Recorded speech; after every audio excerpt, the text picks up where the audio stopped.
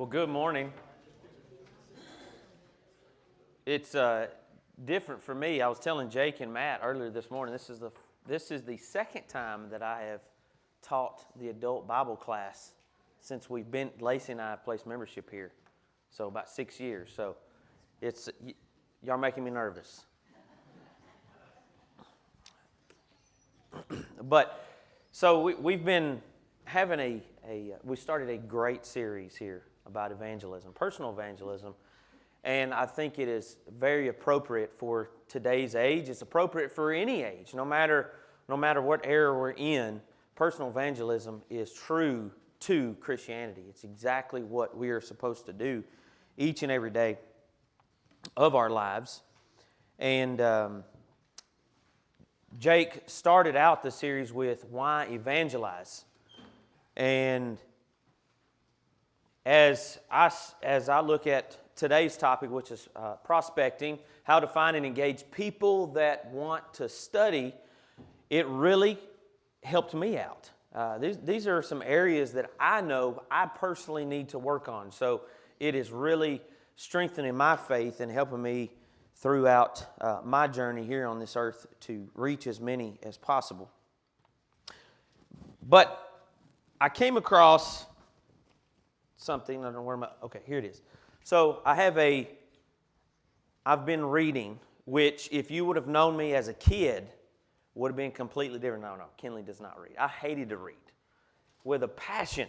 As a matter of fact, my second grade teacher thought that there was something seriously wrong with me and went to my parents and says, listen, there's either something seriously wrong with Kinley or he hates reading that much. I just hated it. But I love it now. I love it, especially history. And I came across something I want to read. It's a book. We actually have another copy in the library, but I've had this in my possession for quite some time. It's called The History of Churches of Christ in Texas from 1824 to 1950. Anybody ever read this book? No? It's pretty good. It's if you like history. It may put most of you to sleep. But there are some things in here that I want to look at, especially as those early settlers are coming in to Texas. And it's not a history class, but I really want us to make the connection of evangelism and prospecting from this. So this is something that's fascinating. Here is a letter in 1845. In 1845, Robert Walker of Huntsville, a recent immigrant of Tennessee, he wrote to the Christian brethren in the United States. So from the Tennessee area, he's writing to Christian brethren, and this is what he's saying. There are but few disciples in this country, and there are no evangelists in this country, Montgomery County. There is no such church, and I firmly believe never will be until we, the brethren, understand this in the United States. Brethren, listen to this. Brethren, help us, or many, I fear, will perish. I'm going to turn over and read another letter that was written. This was in 1848. And this was a letter letter from Anne Williams. So this is a sister in Christ, and she is writing this, and she urgently begged for volunteer missionaries. Listen to this. It says, "Oh, my dear brother, when I look around me upon the many precious souls that are in heathenish darkness, without the knowledge of Christian religion, living as though there were no God, no judge, no hereafter, but like the brutes that perish, my soul is melted within me, and I am constrained to say, oh, where are our missionaries? Where are these that preach the gospel of peace and bring glad tidings of good things?" Now, there's a whole lot more in these letters, but what do you hear in these letters? Do you hear some urgency? Do you hear the concern for souls. I do. And I'm going, where is that? Where is that again? Where is that? There was a study I was reading here, and it was crazy that there in 1836 there were so many members of the Church of Christ. It was at the time the fourth largest religious group in the United States. Crazy. So it's you hear this plea. You hear pleas from men and women who understand evangelism and the importance of it. Their heart wanted the gospel to be preached. Wanted the gospel to be preached, and I'm going to tell you, if you know a little bit about history, especially in Texas, it was a wild place. It was wild.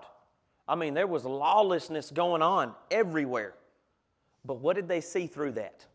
What did they see through the lawlessness? Did they go, we can't be around these people? No. Opportunity, that's right. They saw an opportunity to say, hey, these are the souls that need Christ. They saw the need for Christ's message to be proclaimed, to change the hearts, no matter who the person was. And that's something that we're going to look at today. Prospecting, how to find and engage people that want to study. Now, when I hear prospecting, or when you hear prospecting, what do you think of?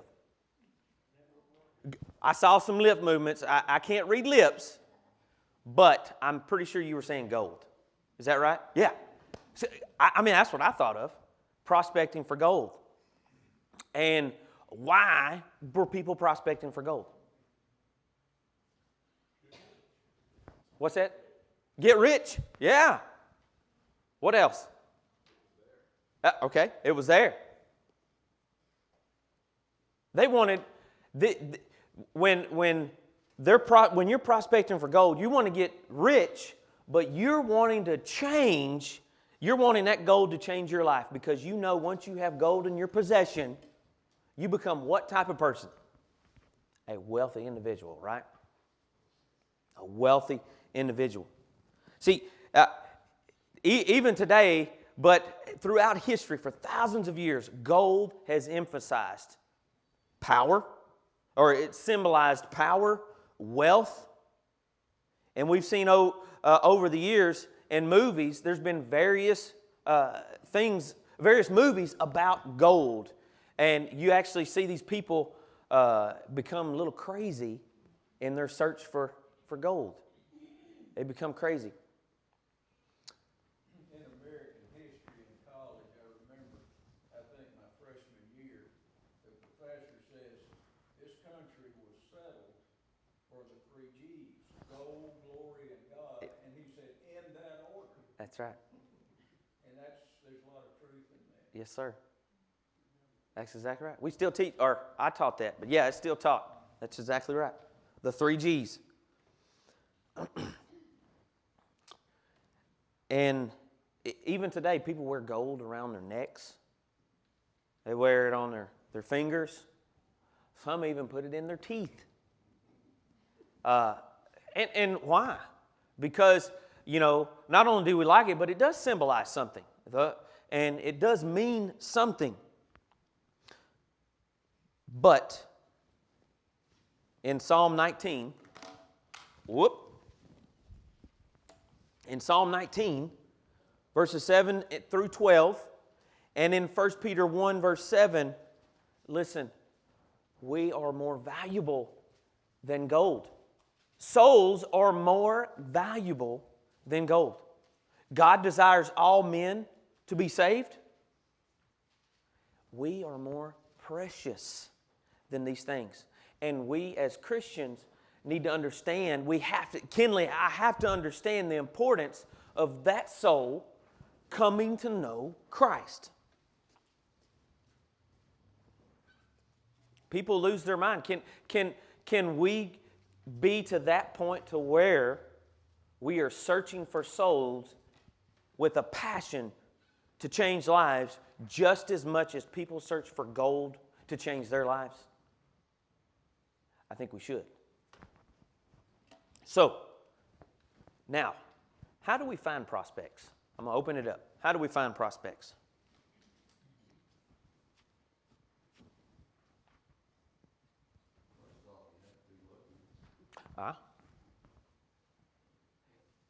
You need to be looking. That's a very good point. So if we're looking, what type of signs do we need to observe to realize that there's a possibility there, I guess? Yeah. See if there's an opportunity available. Is there one? Yeah, these are good things, and we're going to dive into it. Yes, sir. It seems to be usually in the normal flow of life. Not always, but just where you go, the people you're around, and conversations and situations that happen. And like the others have said, being alert to those opportunities that open up. Mm-hmm. Maybe even looking to create an opportunity. Ah, yes. And we're, Paying attention, yep. Sometimes you don't have to create them.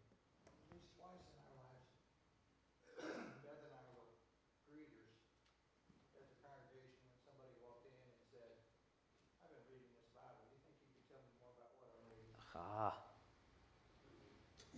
Wow. So you have to take the opportunity that's presented to you. Very good. Sometimes they just show right up. Yep. When it's on your doorstep, yes. That's a good point. You know, I knew a guy, he was denomination, but he was very sincere in what he did believe. And when he met someone, he introduced himself, and the second thing he said, he would ask the person, "Do you know about Jesus Christ?" Yep. You know, that should be more prevalent, but it's hardly ever done. Right. In our minds, we think it's more difficult than it actually is. Yes, sir. You used the illustration of gold. Prospects, as we're looking at today, are more easily found than gold. That's right. They're not as rare as gold. They're all around us. Yes, sir. That's a great point. Gold is rare. And so that's what makes it very valuable. Okay, so how do we find prospects? Always be about the building of relationships with non-Christians. Always be about the building relationships. We are always coming in contact with someone that's a non-Christian in our day-to-day lives. I mean, think about that. Think about that. We are. Unfortunately, the number of those in the United States that claim to be Christians, now again, this is name only, is fallen drastically just in the short years. I mean, in the early 90s, it was 90% of Americans said they were Christians. And then in the 2000s, it dropped to the 80s, 87% or something like that. And steadily falling. So we are going to come in contact with non-Christians. It's just going to happen. It's going to happen. And it may make us uncomfortable, but those are the ones we need to reach. Those are the ones that we need to be telling about Christ. Can you name some places where we come in contact with non-Christians? Where? Work. Oh, work. Yep. Our jobs. Did you read my notes? Yes. Okay. Yeah, our jobs. Oh, neighbors. That's one of them. Oh, it's not in that order. But yes, neighbors. Hobbies. School. Oh, yeah. School, classmates, teachers. So even if you're a student, you're going to still come in contact with a non-believer who's probably a teacher. And that would be good. Let's just say everywhere we go. Everywhere we go. Yes, sir. So when we come across these people, when we come across everywhere we go, here's my next question. What would you suggest we do when we meet these people? What? Sir? Be the example. Live the life. Yes, sir. Amen to that. Somebody said something? Nope. Love them. Very good. Okay. So it sounds like what I'm hearing is we have to get to know them. We're going to have to get to know them. You're going to have to connect with them. Now, it may be harder for some of us than others because it is a struggle. And I'm going to tell you, the older I get and the taller I get, I start reverting back to the way I was before I became a Christian. And it's hard. I did not become a Christian until I was 17 years old. And so before that, I did not like to talk to anybody. I was perfectly fine being by myself. It's a true story. And it may be hard to believe, but I'm telling the truth here. You can ask my mama if she shows up today. You can ask her. But I didn't. I preferred being by myself. I didn't want to mess with anybody. And so I fight that tendency today. It's like it's coming back and it overpowers me at times that I just want to be by myself and not have to get to know somebody. I'd rather be off in the middle of the woods. Yes, sir. Yeah, it's funny you should say that. That's the exact conversation I had with Joey right before church today. That I'm a borderline antisocial individual. I'm not a people person. I don't like really talking to people if I can help it. And it makes me uncomfortable to talk. You want me to speak in front of 10,000 people? Great. You want to have a one-on-one conversation with me? No, I don't want to do that. And I think probably all of us to some degree or another, especially with meeting someone who's developing a relationship, probably have that hesitation, that trepidation, if you will, about meeting someone. And I think it all goes back with all of this, whether it's meeting someone with the idea of teaching them the gospel or eventually trying to sit down and really teaching them the gospel. It's a comfort zone thing. And we have to be willing to do something that makes us uncomfortable to serve God. Yeah. And sharing the gospel, developing those relationships may be that thing that makes us uncomfortable, but we've got to get past it and not worry about what is best for me or what I want to do. What am I supposed to do? Yeah. And we need to focus on what we're supposed to do instead. That's right. The bigger picture. Your role on this earth. What am I supposed to do? That should overpower the tendency to say, no, I don't want to mess with anybody today. I don't want to talk to you. I don't want to build a relationship. But what we could do, you could wave to somebody. You could go and shake their hands. Just starting off that way. That's how you break down some walls. Remember, we're prospecting here. Every person is a potential Christian. Every person is a potential opportunity to come to Christ. Some of them may already be that way, but you don't know that. You don't know that. We've got to start out doing some things. Most people, because of this right here, even though socially we like to post things on the social web, it creates in us to be an antisocial person. It does. So we get enough of it right here and we're done. Done. And so what we need to do is we've got to overcome that wall that everybody automatically builds up by, wait a minute. So Boston, I used to pick up Boston on the way here, and now he drives.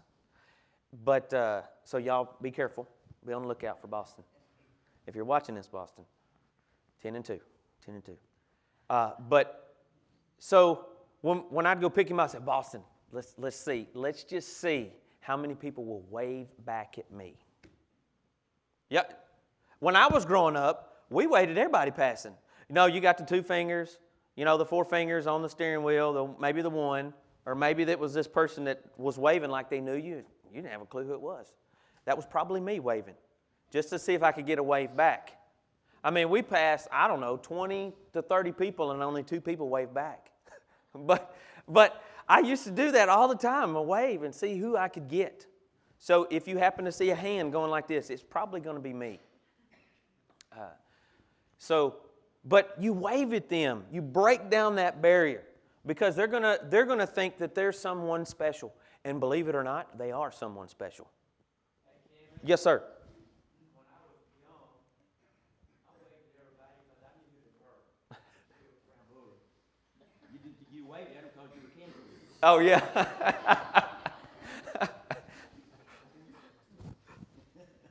Yeah. Yeah. So then we start calling them by name. And that can be a difficult thing. And I know when I was a teacher and a coach, remembering someone's name was very difficult because there was a whole slew of them. So sometimes you just come up with nicknames. But on this, you may not need to come up with nicknames. Get to know them. Break down that barrier. Start saying their name as you're talking to them. Hey, Kinley, I'm glad to see you again. Oh, he remembers my name. Oh, we've got something. So it does sound simple. It sounds elementary, but it's profound. I mean, just like we have elementary school because it establishes a foundation, this is establishing a foundation of breaking down a barrier, connecting with someone. And we're about to see that this connection here is going to lead to something else. So, how would you grade yourself in this area? On a grading scale, numerical grading scale. How would you grade yourself?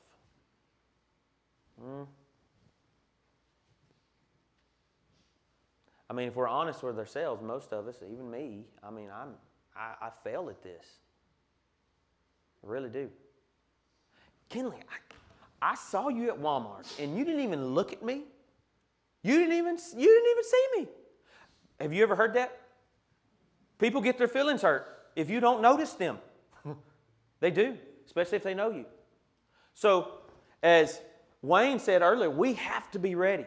As Tom said, it's going to pop up on our doorstep. So we have to be ready. We need to be ready to meet people because, I mean, we're in the people business. We are in the people business of reaching them. So why would you rate yourself at what you did? Why would you grade yourself? I think number one reason for all those is the fact that we're so hesitant because of the response we might get. Oh. The negative response Yes. we might get. And that, for whatever reason, scares us off. Yes, sir. But we need to realize that we're going to get some of that. Even the apostles were told, if you walk in the village and you're not accepted, what are you going to do? Yeah. Just Dust dust off your feet and go on. That's right. The harvest is bountiful like that. And I think it would, and maybe I'm just speaking for myself, but I think one of the reasons why we don't do a better job is because we are so afraid of that negative response that we might get.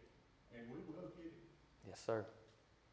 That's exactly right. Yes, sir. When you do those things to basically a stranger, have you ever had someone ask you where you go to church?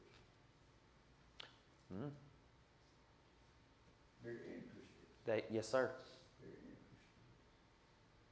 And it can mean a lot to them, like at the grocery store, when you say, hey, thanks, and you read their name tag, I think it makes a big difference. It's like you care, and it kind of, Yeah, right. Because nowadays, most people aren't doing that. Correct? Most people aren't saying thank you. They're not responding to the individual person. I mean, if you've ever worked in retail or you've ever worked in those areas, especially now, you're less likely to get something like that. I mean, I'm a people watcher. I like to watch people when I go places and see what they do. And there's a lot of them that do not respond in a good, positive way. So when we say their name and we talk to them, they are interested in something. So I know I have to do a better job. So, how can we take it a step further? We're waving at them. We're talking to them. We're shaking their hands. We're calling them by name. Now, how do we take it a step further? Get to know them. Ask them questions. Yep. You're now taking it a step further by building a relationship. And that may be hard. Personally, that's a little difficult. It's easier for me to wave. Hey, how's it going? And then I'm gone. I'm out. You're chasing another squirrel. So this may be difficult. But this is how we do take it a step further in our prospecting. Remember, so when they're prospecting for gold, I was looking at this, and I forgot to mention this earlier, but they are searching, they're researching where the gold has been found. Does that make sense? They have now pulled up maps. They've got it spread across the table, and they're highlighting all of these areas of where gold has been found. How much, whatever. Because they know when they go to look for gold, the chances of them finding gold are what? They're higher. They're higher. So we've got to know the area. We've got to know the people. Building a relationship. We're now knowing the area. We can start figuring out what's next. We've gotten past the, hey, how's it going? We now know their name. Now, let's start building a relationship. You said talk with them. Take the initiative to become better acquainted with that person. What happens when you build that relationship? They start looking for you. Oh, yeah, they sure do. They now see coming after you. What if they're in a different place or a new place to them and they see you? What are they going to do? They're now coming to you. They're going to sit by you. Let's say worship service. They're happen to come by. You just happen to casually tell them when you're talking with them, shaking their hand, doing all that stuff, that you go to the Church of Christ there in Bullard. And they're driving by and you're like, you know what? I'm going to pull in there and see what it's all about. They see you. Everybody else is a stranger. But they have already made a connection with you. So then they're going to seek you out. All right? Yes, sir. There's no cliche that fits right in here with what you're saying. And that cliche is people don't care what you know until they know you care. Oh, that's exactly right. So building that relationship, showing that you care. Yes, sir. Then they'll listen to what you know. Yes, sir. And I guess my heart leans towards understanding them, how important this is. There's nothing more important than connecting with people to tell them about Christ. There's nothing more important. And I think over time we've lost that. We've Americanized Christianity. Oh, you can believe whatever you want to believe. There's multiple paths to Christ. You can do all that. I'm serious. This is where I believe, this is my personal opinion, how we've gotten to the point we're in now, in society-wise, because it's okay. You can believe whatever you want. No, it's not okay. Yes, sir. I've heard it said, I'm not religious, but I'm spiritual. Mm-hmm. You know, and you can get a person who's never been around God. They're going to worship a mountain. They're going to worship a monkey. They're going to worship something, and they're going to claim that spirituality. Mm-hmm. And in addition to some other things that have been said, one of the things that aligns itself with love and hate, which is very destructive, is just indifference. It's just not even acknowledging other people. It's bad enough when spoken to and you don't speak back. Yes, sir. Okay, that's bad enough. But to just totally not regard the person's existence is as destructive as just about anything. Even if you walk up and tell them you hate them, they at least know Where you stand. that I'm on that they are on your can be, and I think we're guilty of that a lot. And then occasionally too, we are busy, and we're just like the blind man who saw people as trees, you know. It just, life becomes a blur Yes, sir. around us. That's true. We've got to slow down. I don't know exactly how to put this.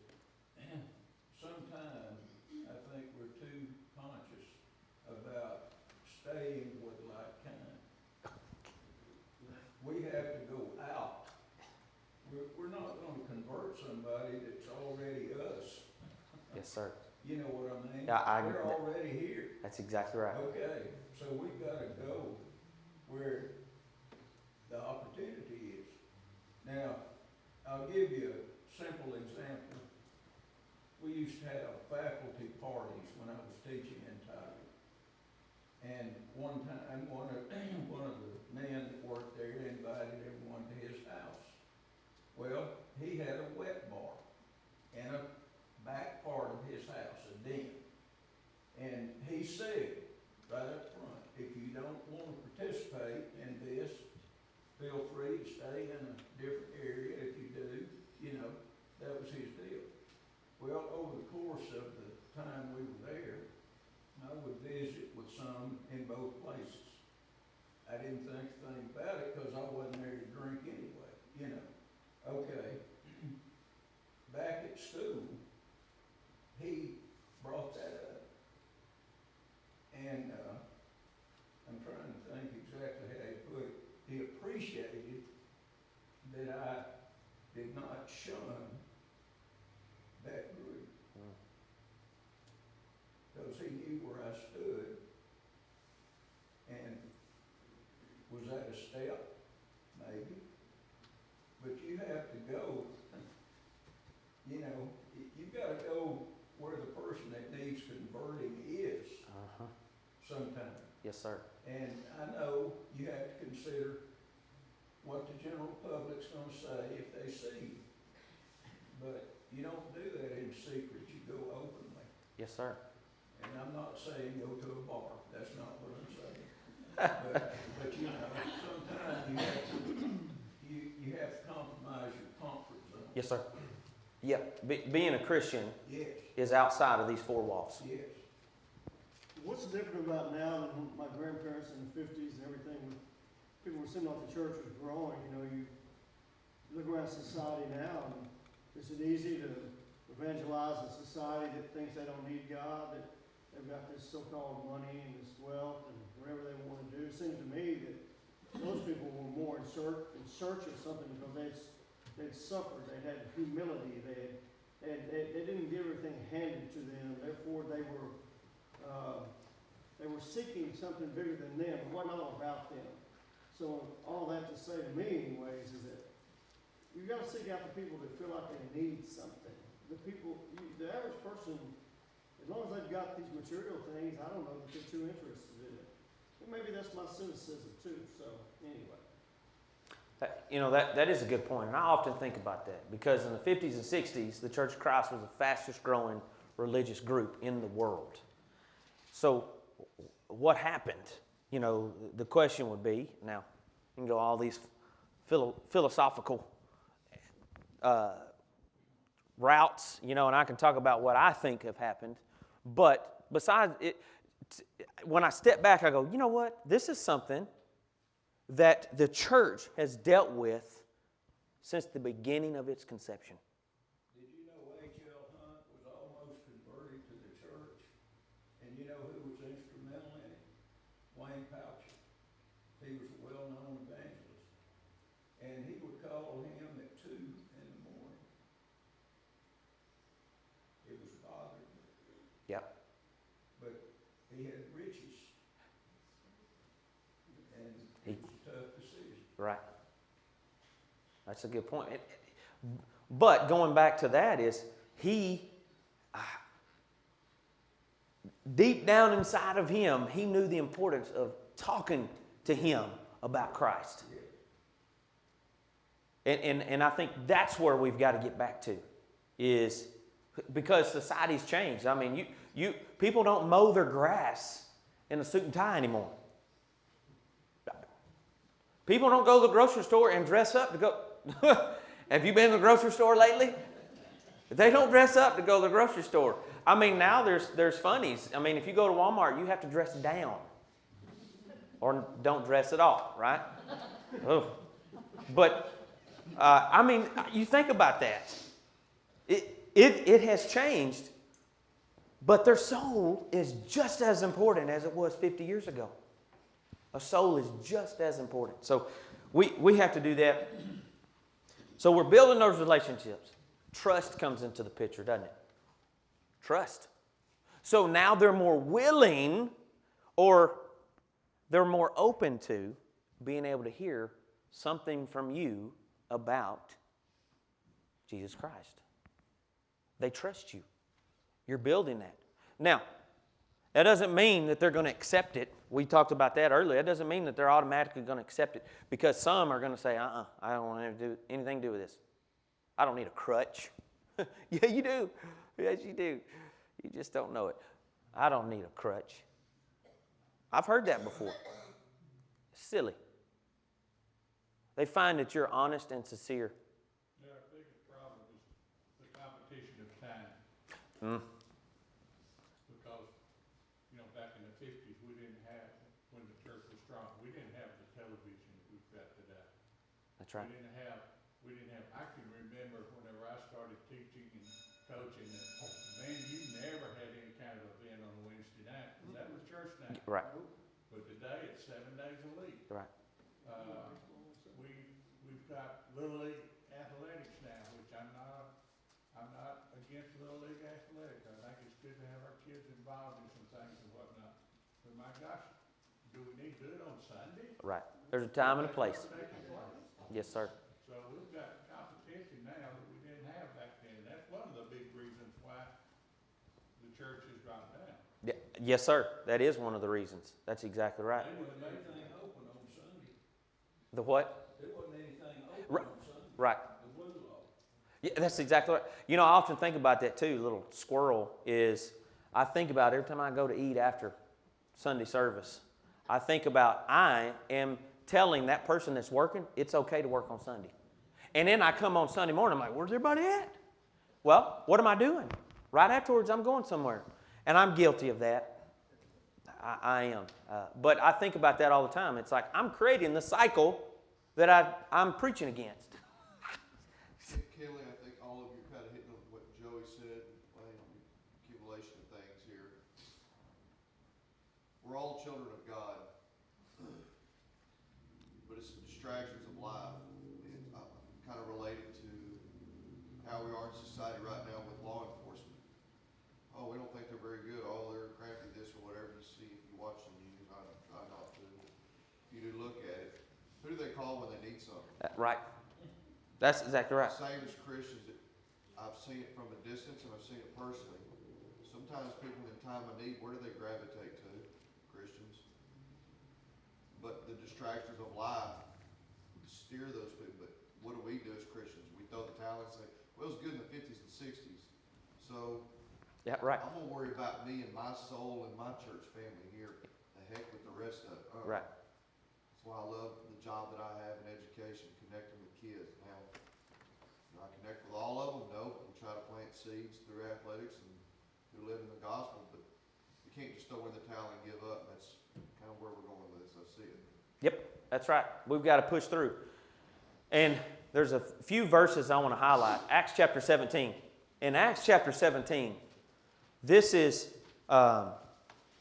very interesting because starting in verse 22, in particular verse 23, you have Paul comes across these group of men, these town leaders, and they have a title that says, "To the Unknown God." You know this story? I'm not going to read it all, but there's where you can pull that from.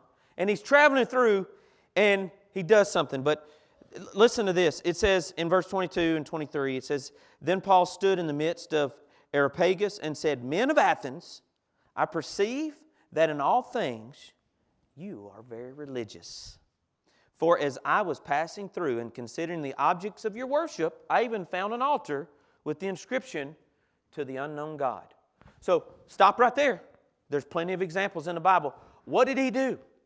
He stopped and he made a conversation with someone, didn't he? In particular, not only that, he highlighted something positive about them. What did he say? Men of Athens, I perceive that in all things you are very religious. That's right. Boom.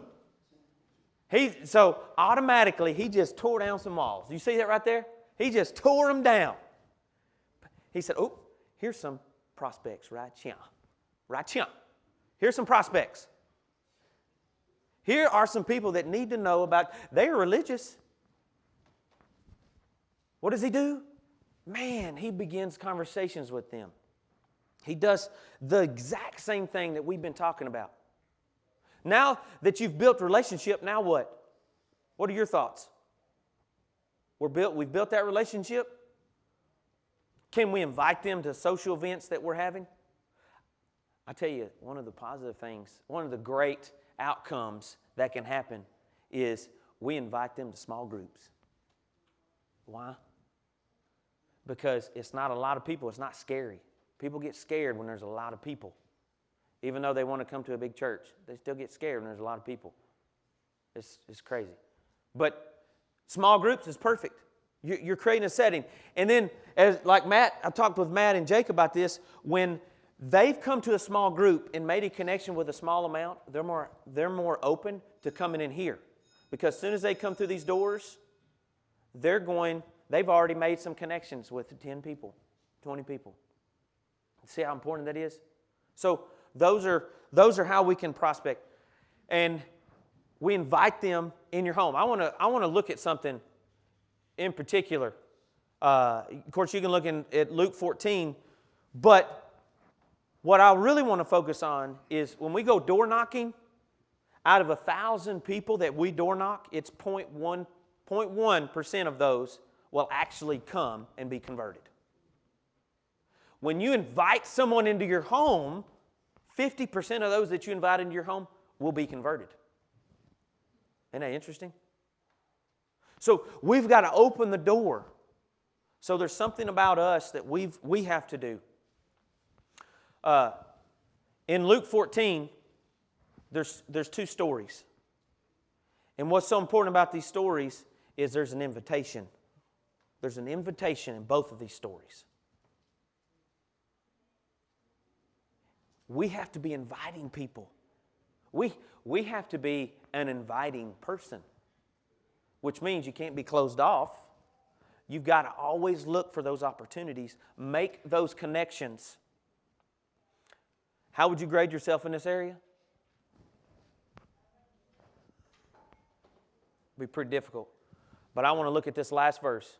And the master said to the servant in verse 23 of Luke 14, go out to the highways and the hedges. Y'all remember that song? Go out to the highways and the hedges and compel people to come in, that my house may be filled. Hey, there's a call for us. We have to be prospectors for souls to come to Christ because they are more precious than gold. They are more valuable than honey. God desires all men to be saved, and our role is to make sure that we help them do that. Great class today. Thank y'all. Thank y'all for letting me be number 2